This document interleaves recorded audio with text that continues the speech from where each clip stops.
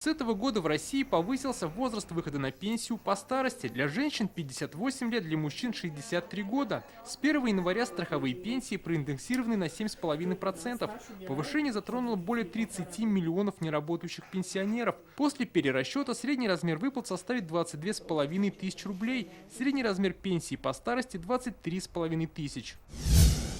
С 1 января призывной возраст в армию повышен с 27 до 30 лет. Те, кому 27 лет исполнилось до конца 2023 года, под призыв не попадают. Их переводят в запас по прежним правилам.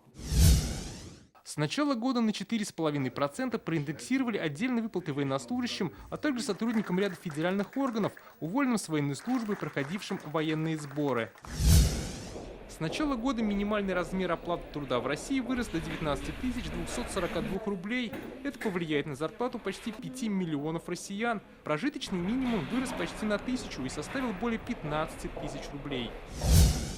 Сейчас материнский капитал смогут получить только родители, которые являлись гражданами России на момент рождения ребенка. Кроме того, при назначении выплаты не учитываются дети, которые не получили гражданство России по праву рождения. Отцы тоже смогут направить мат-капитал на свою накопительную пенсию. Также средства можно направить на реконструкцию комнат в таунхаусах и иных жилых объектах.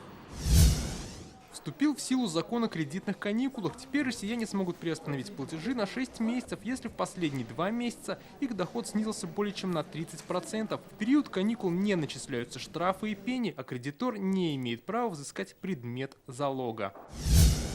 С 1 января отменен налог в 13% с выплат к ордену «Родительская слава» и званию «Мать-героиня», а также грантов, премий, призов, полученных на региональных и местных соревнованиях и конкурсах. Также не будет облагаться налогом матпомощь студентам колледжей и вузов.